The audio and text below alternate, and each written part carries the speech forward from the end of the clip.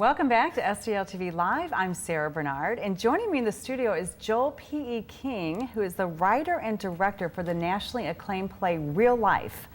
Welcome back to our show, Joel. It's great to have you back. I'm glad to be here. You were here not too long ago talking about another show, and you are a busy, busy man. Yes, yes. So Real Life, tell us about that show. What's it all about?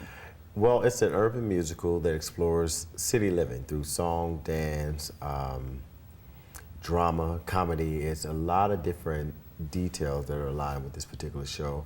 And it's a coming-of-age story that exposes the paradigm of what we understand urban living is, you know, and really address a lot of different issues and also give a hopeful resolution behind them all as well. Okay, so why did you decide to write this? Well, 2004, I was a camp counselor, and there was a young man I was speaking with. It was actually a group of young men, and we had this whole conversation about like the urban community or whatever. And so I asked him about the ghetto, how, you know, the term and how they describe it. So with that in mind, the young man started to say, you know, in his description, it became very, you know, negative. And then after that, he was like, I'm not ever leaving the ghetto, because if I leave the ghetto, I'll be selling out to my community. And so from that point, I'm like, what? You don't even, I mean, so I was like, you know, here we are, a society that we create, like this idea that we create, like, you know.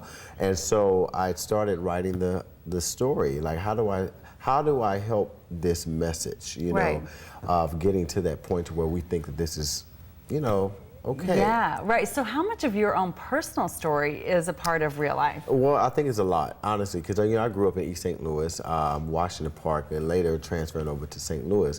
But in that, my brother, I come from a huge family. Like, there were 11 of us. Wow. Yeah, and but my mom and dad were there the entire time. But even in that living, we experienced the no gas, no water, no lights, all that kind of stuff, sometimes at the same time. Okay. You know, we experienced just the lack of, and how you have to pull yourself out of it to, you know, how do you make nothing into something? Right. And so a lot of survival skills came from that. So so you came from a more of an impoverished background, if you will. It was like, I was just saying, it was up and down. You know what I mean? Like a lot of people's lives. Yeah, absolutely. You know, especially like because my dad started off as a carpenter, and then he has diabetes. You know, he didn't understand the symptoms. So like, he was falling asleep on the job and all that kind of stuff. So later on, he gets fired.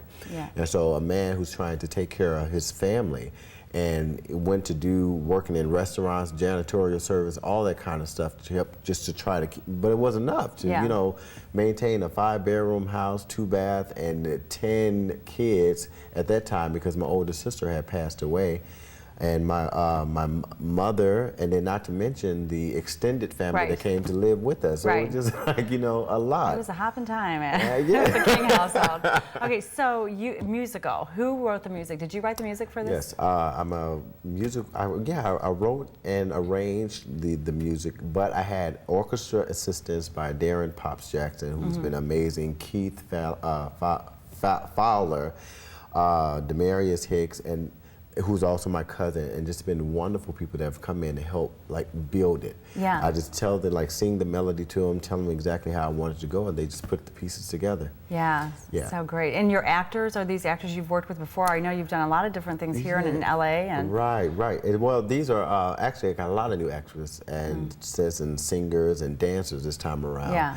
A lot of people I've worked with before, which is always fun. Yeah. But just new people on the scene, like Pastor Raphael, we have Adrian Felton, we have Samuel Huddleston, who's come back. It's just a lot. You know, these are Black Rep favorites, Unity Theater favorites. They've come to be a part of this show, so it's great. Yeah. Oh my gosh, how great! You have a great cast. Yeah, about 50 people. Wow, what a big production! And how exciting for you to see it come back, come to life in sort of a revised version now. Absolutely, yeah. The Grandel Theater, what a great space. Yes.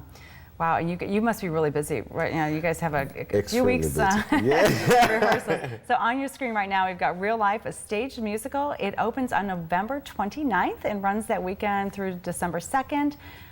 Thursday through Saturday performances at 8 and Sunday at 3 and 7. So all the information's on your screen, the website and all of that. So be sure to check it out. I mean, we are so privileged to have Joel here and telling us about the latest and greatest, and can't wait to hear what you've got coming up next. So be sure to come back and visit us. Yes, we'll do. So we do need to take a quick break. So don't go anywhere, and be sure to keep up with STL TV on Facebook, on YouTube, and on Twitter.